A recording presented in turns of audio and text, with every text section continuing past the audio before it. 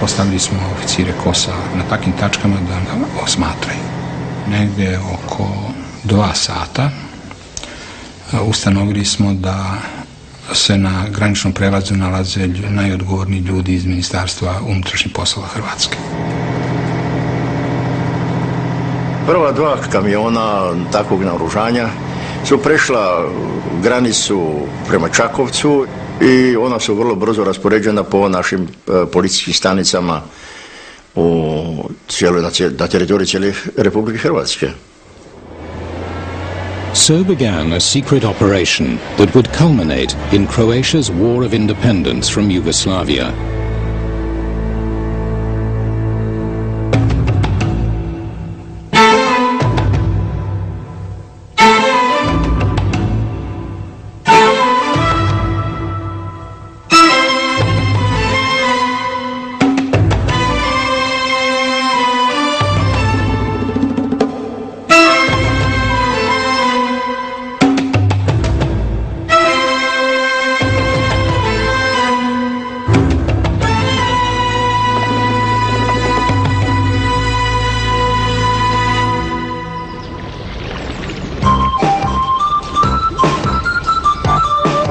Imagine a country where you can still find ancient towns ruled by a crystal clear sea.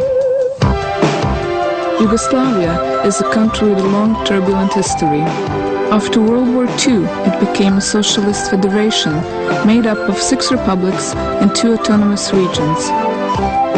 It speaks 5 official languages and prays to an Eastern Orthodox, Catholic and Muslim god. This is no imaginary land. This is Yugoslavia. In 1990, the federation of 6 republics that made up Yugoslavia was still united. But with the collapse of communism, the 2 major republics, Serbia and Croatia, fell under the sway of rival nationalisms. Serbia's president, Slobodan Milosevic, had been the first to inflame his people. The Serb threat provoked the people of neighboring Croatia to respond. In their first free elections, they chose the nationalist, Franjo Tuđman, as their president. Danas je Krist triumfalno ušao u Jeruzalem, dočekan i pozdravljen od naroda kao Mesija. I glavni grad Hrvatske danas liči na Jeruzalem. Franjo Tuđman dolazi pred građane. Mislim da je u tom vremenu trebalo daleko više suptilnosti, posebno kad se znalo da smo i one Srbe koji su bili za dogovor, koji su bili za Hrvatsku, dobijali protiv sebe.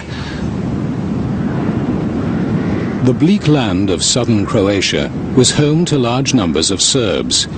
It was here that the fuse was lit that would lead the whole of Yugoslavia to ignite.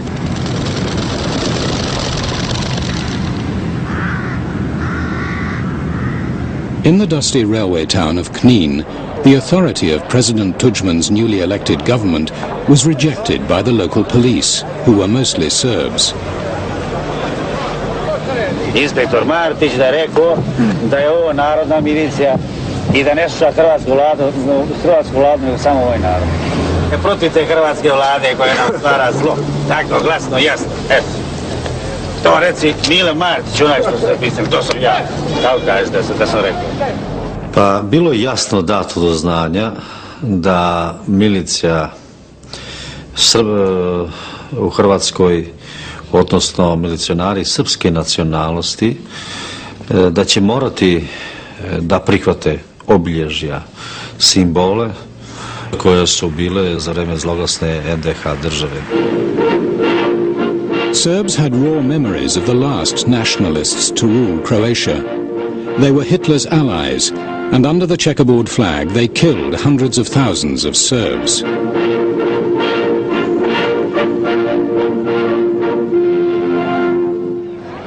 Tuđman's embrace of the checkerboard flag was like waving the Nazi swastika in their faces. When Tudjman sent his police ministers down to Kanin to deal with the rebel police, the local mayor, a Serb dentist, prepared a reception committee. Nemojte praviti gužvu pred vratima. Pređite na drugu stranu ulice. Pređite na drugu stranu. Ja sam tada preko puta milicijske stanice u bašti kafića sazvao aktiviste svoje stranke i naredio im da se narod okupi. Inside the police station, the Croat minister tried a conciliatory line with his employees. Molim u policiji, svaki čovjek ima pravo na svoje političko mišljenje. Nakon tih mojih riječi uslijedila je jedna reakcija koja je bila vrlo ružna od strane skupine koju je vodio Mile Martić. Pa Perica Jurić je u početku bio prilično drzak i bezobrazan. Prema tome, iza potpisnika pisma ne stoji 50 potpisa, nego stoji srpski narod.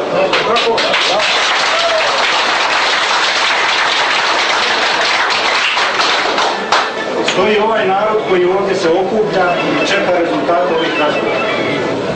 Tada nisam vidio u životu čovjeka koji se toliko preplašio kao on.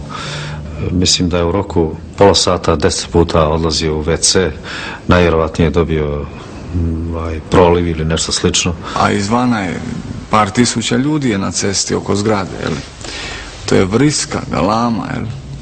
I veli mi Joža, kaže, Boga li ti tvoga državu im obećaj samo da žive glave izvučemo odavde, jel? Jer je bio ambijent predvješan. Sa sastanka su otišli uz našu pomoć. Mi smo ih bukvalno izvukli, rekli smo narodu da ih ne dira, a poslije toga oni više nisu imali nikakvu vlast u Kninu.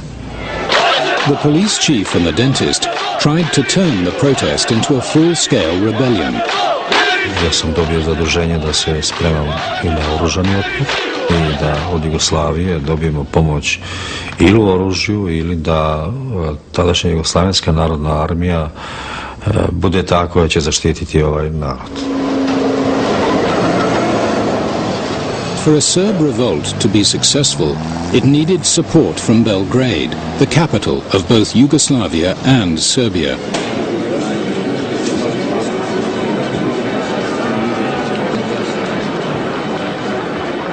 The president of Serbia, Slobodan Milosevic, was happy to stoke the flames of unrest in Croatia.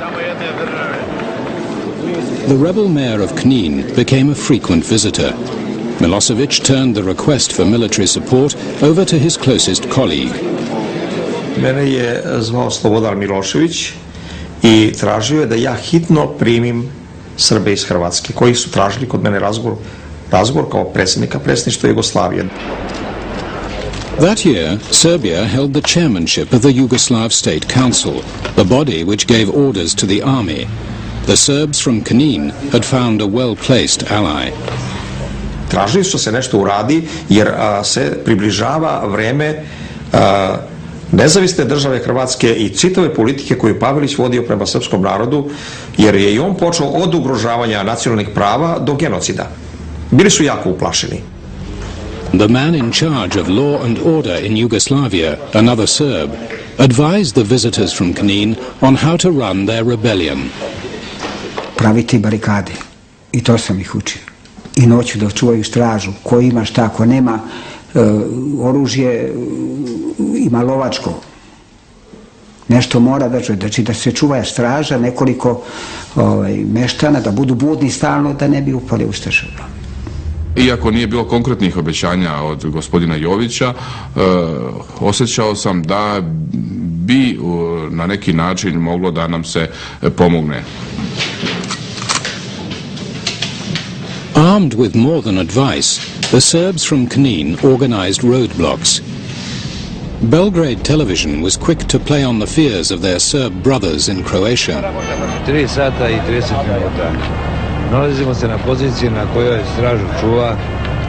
Narod pomalo, kako da kažem, preplašen i ljudi čuvaju stražu da bi zaštitili svoje živote, jer poučeni su nekim iskustvima iz prošlosti koje su se desili. I nastoje da se to nešto ne ponovi sada u ovo vreme. Djevojke u ljetu jednim haljinama vole.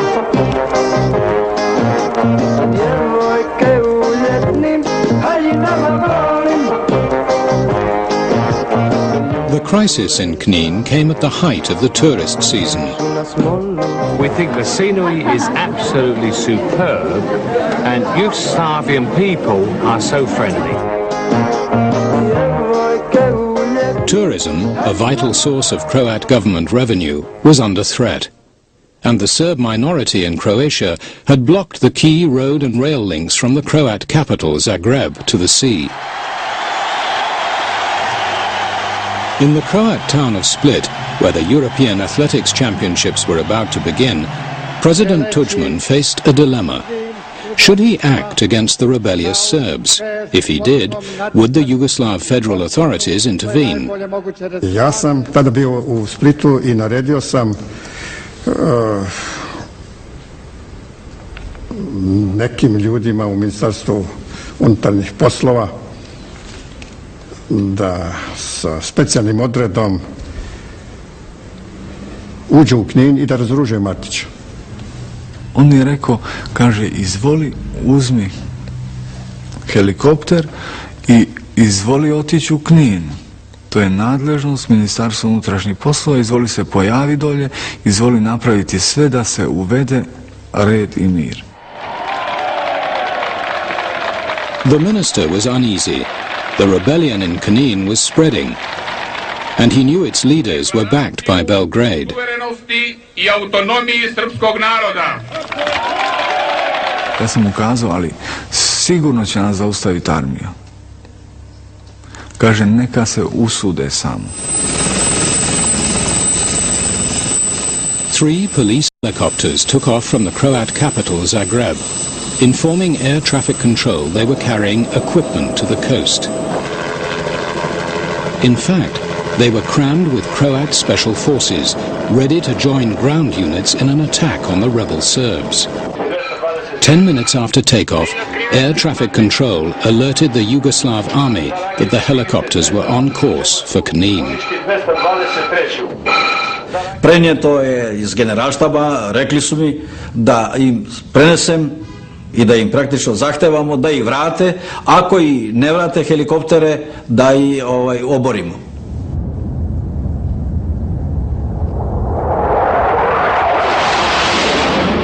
U niskom letu su išli iznad nas, da bi nam dali do znanja koliko smo sitne ribe. I u jednom momentu se javlja taj pilot koji je decidirano izjavio, veli, ili se vratite nazad u bazu ili vas rušimo. Mi smo tada okrenuli I ova dvojica se okrenula I vratili smo se u Zagreb. President Tudjman was now sure that the challenge from the Serbs in Canino was more than a local squabble. Mi smo bili suočeni znači sa jednim unaprijed određenim programom kako da se podigne pobuna protiv demokratske vlasti. Zove me Tudjman telefonom iz Zagreba, sav uzbuđen I kaže, ovo je katastrofa. Nama ne daju da vršimo legalno izabranu vlast. Je li smo mi legalno izabrana vlast ili se nas ovdje hoće srušiti, ne znam o čemu se radi. Sve se to diktira iz Beograda, sve se to sprema u Beogradu. Oni su to odbili I ispričavajući se da vojska nije dala nikakav nalog za sprečavanje hrvatskih helikoptera, nego da je to bilo zbog tehničkih razloga oko dozvole prelijetanja I tako dalje. No, nama je bilo jasno o čemu je riječ.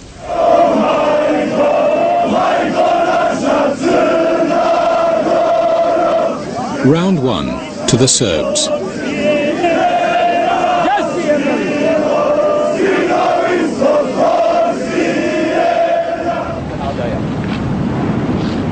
The Serbs in Canino now declared their mini-Serbia a no-go area for Croats. Croat TV dubbed the rebellion the Revolution of the Logs and tried to laugh it off as the work of a few drunken Serbs.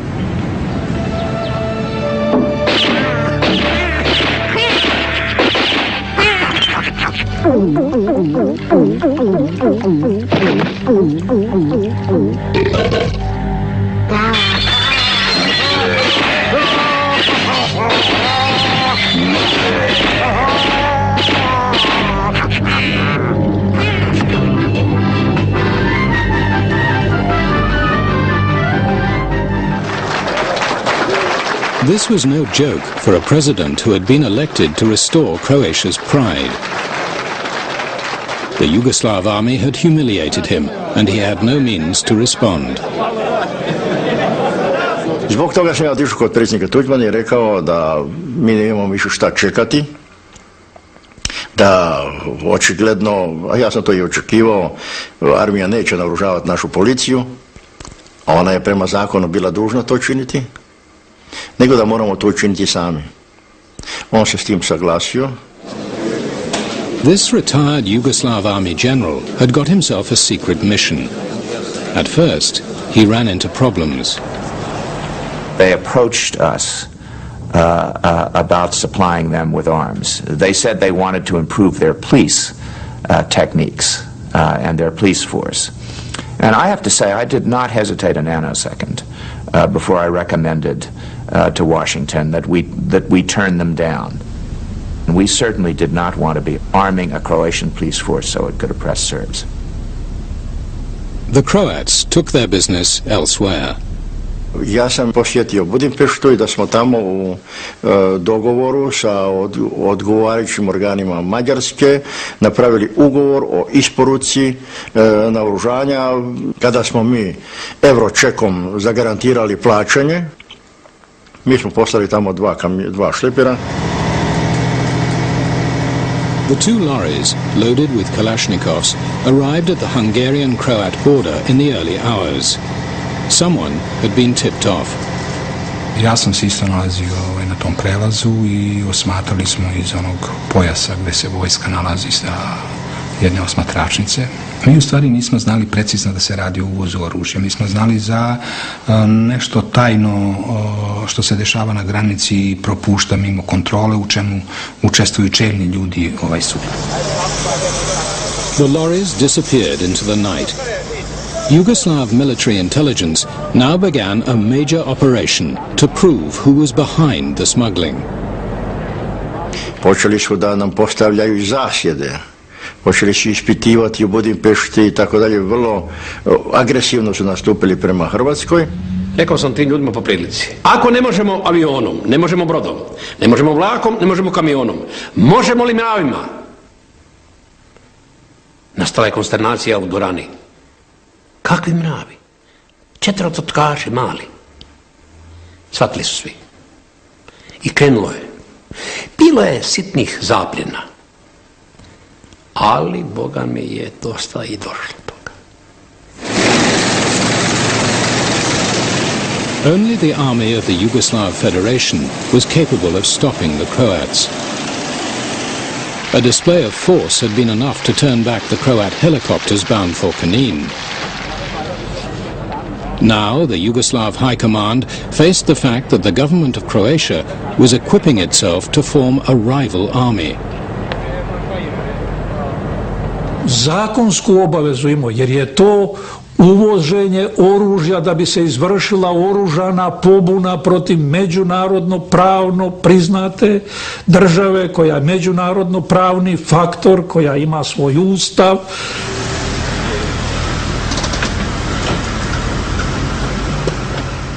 But these arms smugglers were the democratically elected government of Croatia. It would be politically dangerous to arrest them.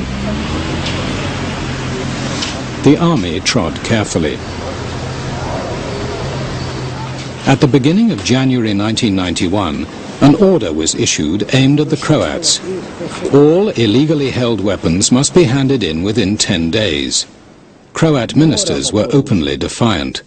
Pa gospodo, zar vi mislite kad pojedine policijske stanice, pojedine općine otkazuju lojalnost Republici Hrvatskoj, da ćemo mi onda kupiti 2 šlepera naliv pera da bi pisali nemojte nas napadati?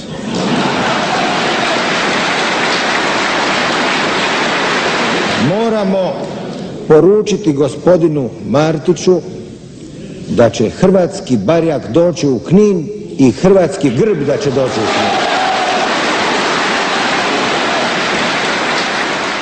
Mesić then phoned Belgrade to tell the Serb leadership what his government would do if an attempt was made to disarm them by force.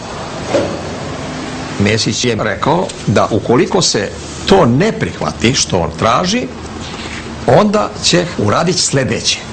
Tačno od A do Š da zapišem, da slučajno ne ispadne da mi nije rekao. Prvo, proglasit će odcepljenje.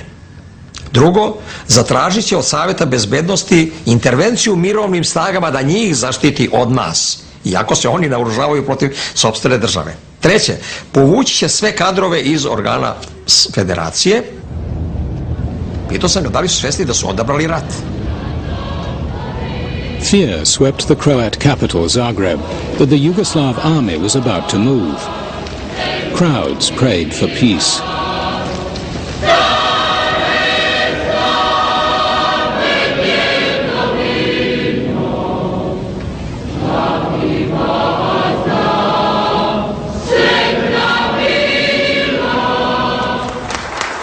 President Tudjman called an emergency session of his parliament. Prvo, svaki čin pravnoga ili fizičkog nasilja koji bi bio suprotan Ustavu Republike Hrvatske smatrat ćemo ugrožavanjem ustavnog poretka Hrvatske, pa bi se svaka represivna akcija smatrala činom okupacije. During the session, an invitation arrived. Tudjman was asked to go to Belgrade to face the Yugoslav leadership and the army. Ljudi su me i sa suzama u očima iz prijateljskog kruga i drugi uvjeravali baš u parlamentu da ne idem. Rumors spread that if they went to Belgrade, Tudjman and his ministers would be arrested. A osim toga, nema drugom, ni onima nasuprot nama, ni nama, nego da razgovaramo i tražimo rješenje. Čak sam smatrao intimno u sebi, ukoliko bi me ubili, da bi to bilo pred svijetom upravo dokaz toga da idu protiv hrvatske slobode, protiv hrvatske demokracije, prema tome u interesu Hrvatske. I zbog toga sam otišao. The State Council, Yugoslavia's highest authority, was the body which could give the order for the army to act against Croatia. That evening, they met in Belgrade to deal with Croatia's refusal to hand over weapons. Every republic had a vote. Mesić je apsolutno odbijao bilo kakvu aktivnost koju možemo učiniti, a i drugi članovi predsjedništva su bili u velikoj nedoumici šta da se radi, jer kao što se zna, to je bio trenutak kada treba povesti vojnu akciju. The State Council members, waiting for the Croat president to arrive, argued on. The head of the Yugoslav military then made a seemingly innocent request. It was a trap. Nekoliko minuta prije 7:30, kad su inače bile vijesti, general Kadijević je predložio jednu stanku da bi bilo dobro vidjeti vijesti, pa onda da nastavimo s radom. Like the rest of the country, the State Council found themselves watching a TV program shot, as the caption says, on VHS without the knowledge of its participants. The film showed the chief Croat arms buyer talking about what it called terrorist formations in Croatia. Ima ukupno na 5. armijskoj ulici 9.000 reština. Da. To je kući vojne službenike i miličare i kazne. To je 9.000. I 18.000 vojnika. Na cijeloj teritoriji 5. znači Slovenija, cijela Hrvatska i deo Bosne. A mi imamo sad naoružani 80.000 sa Kalašnikovima. Yugoslav military intelligence, who made the film, intercut the material with public statements by President Tudjman. A što se tiče naoružanja, nismo naoružavali HDZ-ovci. Vi niste u toku onda, ljudi moji, pa mi smo s njima u ratu. I po ratu s njima, s kim? S vojskom. The Serb chairman quietly reveled in the discomfort of his Croat colleague. Nisu prosto mogli svojim očima da veruju kako je to moglo sve da se snimi u kancelarijama u kojima su se oni dogovarali, u kojima su govorili o stravičnim zločinima koje žele da vrše. Ja sam polazio od toga da je to sve montaža, da eventualno možda ima nešta i istinitih snimaka, ali da je to sve s jednom tehnikom moguće učiniti. Odjednom su rekli da je to čisto montaža sa kojom se želi srušiti hrvatska vlast, a u stvari su uhvaćeni na delu. When President Tudjman finally joined the meeting, instead of responding to the film, he issued a warning to the defense minister, General Kadjević. Prema tome da bi na njemu osobno bila odgovornost za krvoproliće u Hrvatskoj, za obaranje hrvatske vlasti. Njegovim se dolaskom atmosfera nije poboljšala uopšte. Cijele noći je drama bila, svakoga je optuživao. Kadjević meni rekao kada treba da baci na koljena Tudjmana i to HDZ rukovodstvo, jer je to u toj mjeri očevidno da oni na jedan krvav način žele da izvrše razračun u Jugoslaviji, da to ne može proći, a da ne bude u javnosti u Hrvatskoj. That night, the army's tactic appeared to work. Isolated in the Serb capital, the Croat leaders caved in. Tudjman was forced to give a promise. He would allow the Yugoslav army to arrest those implicated in smuggling arms.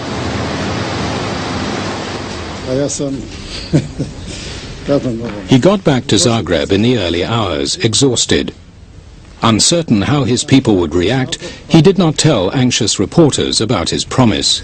Da će sada naši ljudi u Hrvatskoj moći mirno spavati, da ćemo se moći posvetiti drugim poslovima, a ne se pribojavati da ćemo noću ili ujutro biti iznenađeni tenkovima, vojnim motorom i tako dalje. When Tudjman woke up, he found his people's fear had given way to celebration.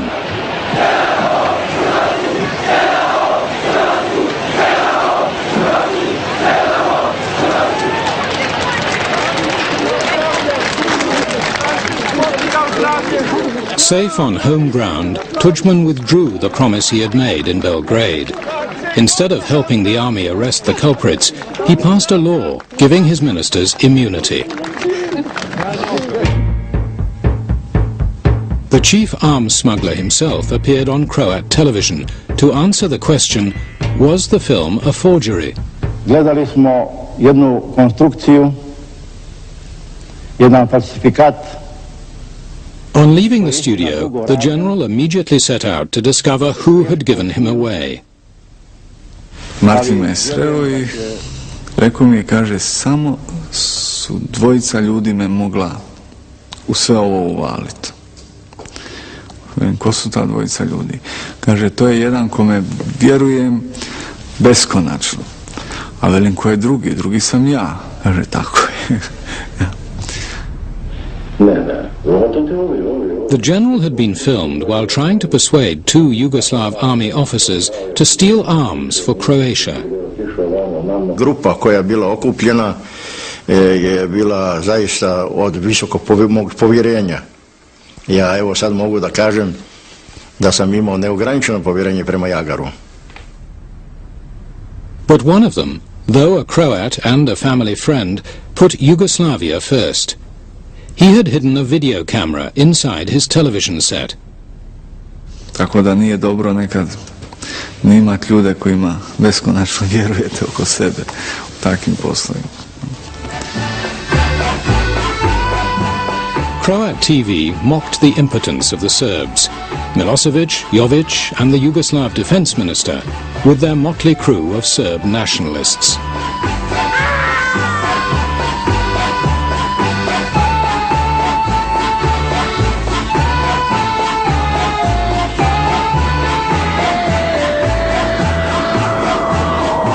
The Croats had got away with it.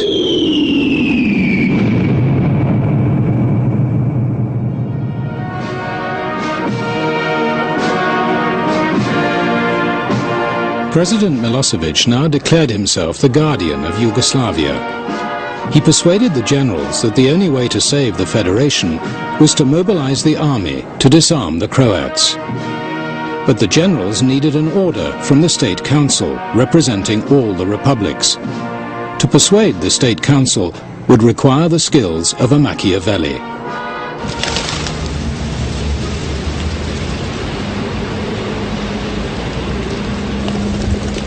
A demonstration in the center of Belgrade, his own capital, provided Milosevic with a chance to show how the army could be used. The demonstrators, demanding press freedom in Serbia, gathered in the spring sunshine. Ljudi su bili krajnje mirni, bilo je dosta burnih izliva emocija, bilo je dosta skandiranja, uzvika, međutim ljudi su mirno stajali i slušali govornike. Milosevic chose to see it otherwise. Zvao me je prvo Milošević i rekao mi je da je čitav haos i sam je govorio o tome da bi možda bilo potrebno da vojska pomogne. Borisav Jovic, the most trusted ally of President Milosevic, was still chairman of the council which controlled the army. He began to work the phones. Very soon after the beginning of the demonstration in Belgrade, Jovic called me. To je oko podne. Negde između 11 i 12 možda. He was telling me, Vasil, this is a matter of historic fault. We have to block this because a war will erupt. This is a completely illegal action. It is meant to destabilize Serbia and Yugoslavia. That the army has to act. Vasil Tupakovsky was surprised, because the demonstration he saw on television, though massive, was peaceful. He refused to vote for bringing in the army. Soon after this, the Serb police were sent in. Negdje na polovini govora gospodina Paroškog, odjednom u sredinu te gomile doleteo je jedan suzavac i ljudi su prosto počeli spontano da beže. S obzirom da je policija bila skroz okolo demonstranata, logično je bilo da na tim krajevima dođe do sukoba demonstranata i policije.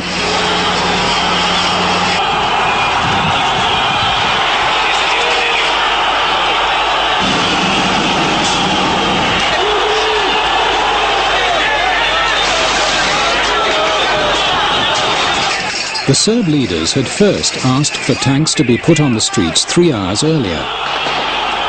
Now their case was stronger. Finally, about 6 o'clock in the evening, when Jovic called me for the 7th or 8th time, I told them, okay, I will vote yes, because I saw that there are casualties. Others will come, for sure.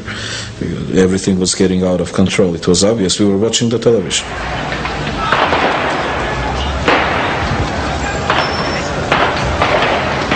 Nazvao sam članove predsjedništva koji su mi dali saglasnost da će vojska u stvari prošetati kroz Beograd i odvratiti demonstrante od vandalizma.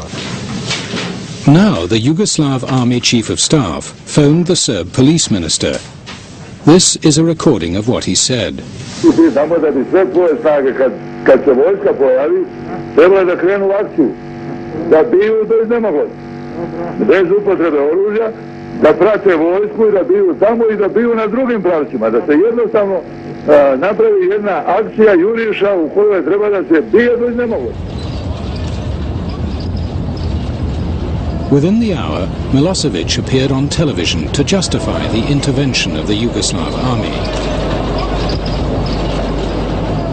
Danas je u Srbiji, u Beogradu, napadnuta najveća vrednost koju ima naša zemlja i naš narod. Ugrožen je mir.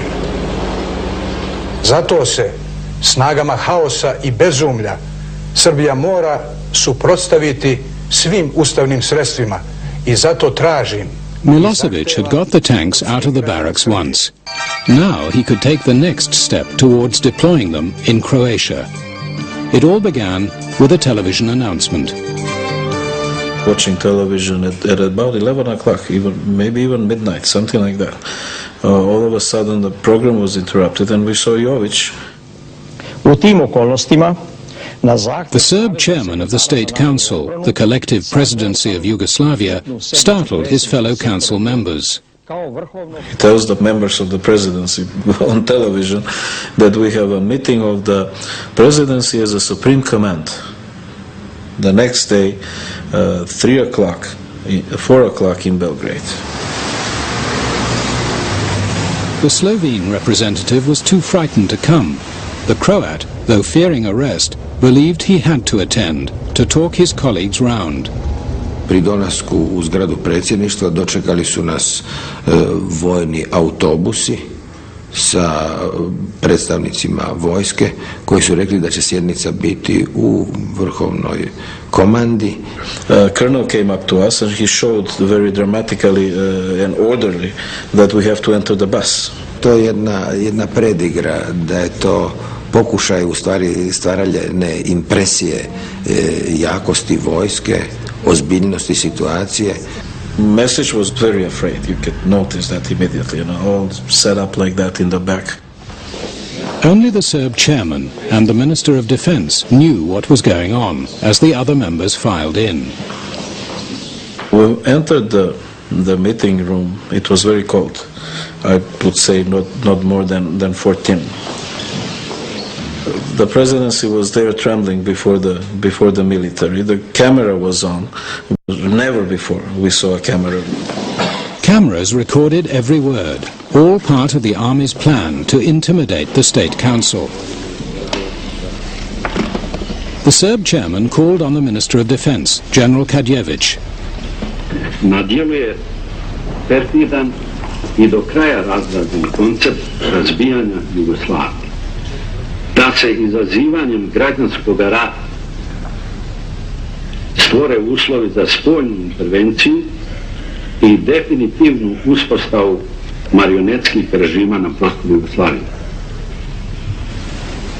The Minister of Defense then proposed the immediate declaration of a nationwide state of emergency. The army proposal was given in a form that you cannot turn it down. It was the responsibility of the presidency to save the country from civil war.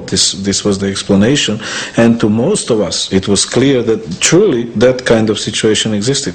The Croat would have none of it. Srbija može biti velika, ali te prostore mora osvojiti armija.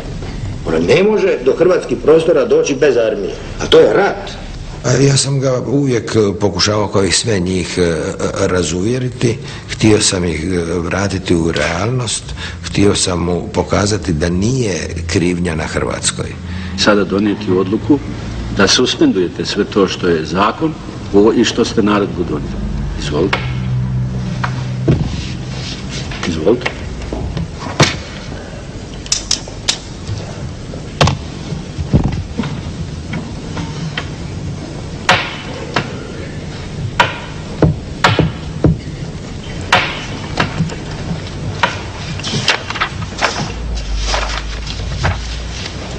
The moment of decision had come. The Serb chairman needed the support of 5 of the 8 voting members. He turned first to a reliable ally. The vote was yes by Kostić. I said next to him second, and I said no. Mesić was next to me as vice president. He said no. And then Jović yes. And Bucin, yes. So it was 3-2 when the vote came to Sapunđiju.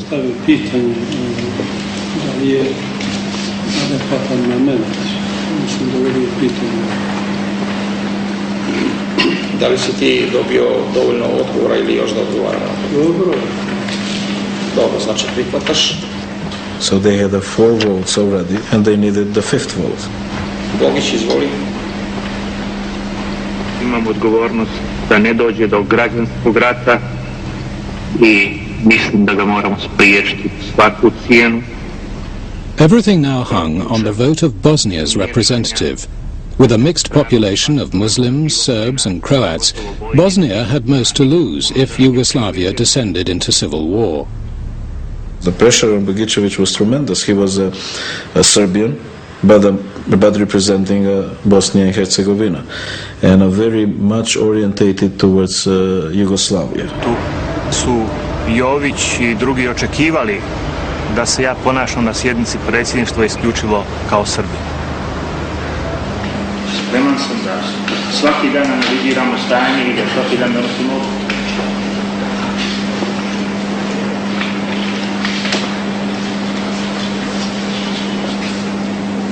Nema mnogo logike u tome što govoriš, ali ne bih želeo da polemišem.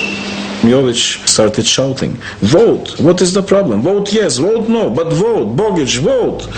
Kod izjašnjavanja Bogića, Bogićevića nastala je mrtva tišina.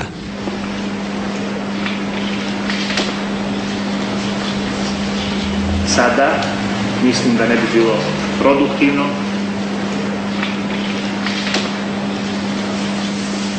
Zaključujem sednicu. Bosnia had stymied both the army and the Serbs.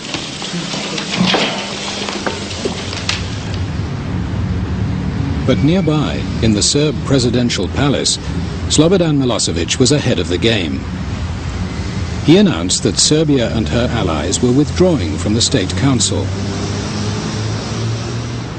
Predsjedništvo SFRJ odavno ne funkcioniše, a iluzija o nastojanjima predsjedništva Jugoslavije i naporima kojih u stvari nema, od noćas je definitivno mrtva.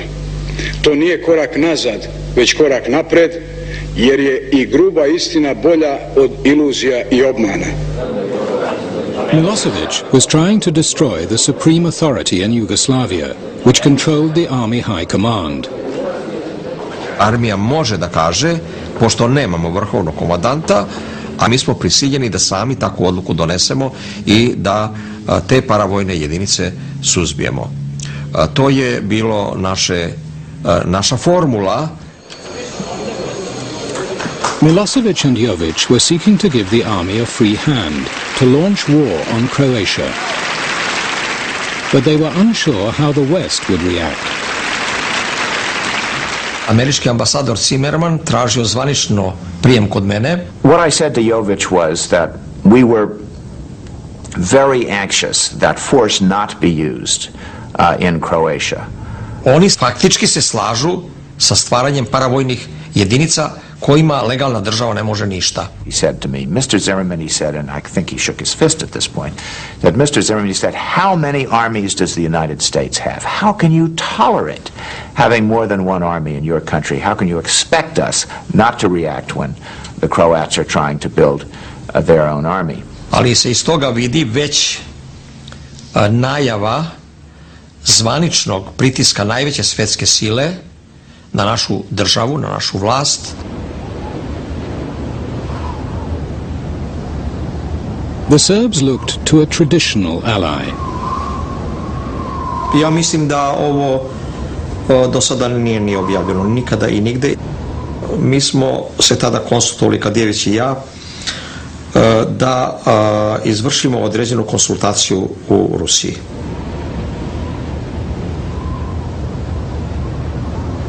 In Moscow, the general met secretly with the hardline communists who ran the Soviet Ministry of Defense. Dogovorili smo se da on postavi pitanje: ako mi izvršimo nasilno oduzimanje oružja Hrvatima i ako zapadne zemlje izvrše vojnu intervenciju, da li će nas Rusi zaštititi? The Soviet defense minister gave General Kadjevich details of their intelligence reports. These showed the Yugoslav army was safe to ignore Western warnings. Nije to znao niko, ni jedan član predsjedništva, ni niko, apsolutno samo ja. To su naše interne stvari, mi radimo ono što imamo pravo, to su informativne stvari koje nisu nikakve odluke. Confident they could act in safety, Milosevic and Jović went to the Yugoslav army headquarters for the launch of the military action they had planned together. Većina strateškog kadra i vojničkog kadra i naroda, naročito ovih delova ovde, sada u Saveznoj Republici Jugoslaviji, priželjkivali su da dođe do vanrednih mera i da vojska preuzme stvar u svoje ruke. Just 5 days earlier at the State Council, the Minister of Defense, General Kadjević, had made his intentions clear. Ja ću vam reći da će i bez tih vojska krenuti da izvršava sve što je naredba. But now, when the time came to act, his fellow conspirators were in for a shock. General Kadjević hesitated. I vojska je onda, kao što sam vam rekao, procenila da bi to bilo smatrano kao vojni udar, da bi to niko ne bi iz međunarodne zajednice priznao i da bi to vodilo u potpuno suprotnom pravcu nego što bi bilo rješenje za krizu u Jugoslaviji. On je van sumnje želio Jugoslaviju po svaku cijenu braniti i tako dalje, ali to da istupi sa oružanim snagama, sa armijom, da to učini, to on nikada u svojoj svijesti i u svom načinu razmišljanja uopće nije mogao akceptirati. Yugoslavia's senior general had dashed Milosevic's plan.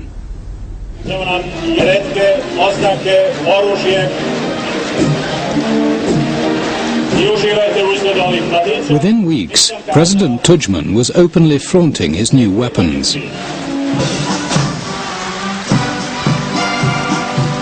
Croatia had chosen the path to independence. Znamo da će čitav hrvatski narod ustati na noge kao jedan ako će tu suverenost trebati braniti.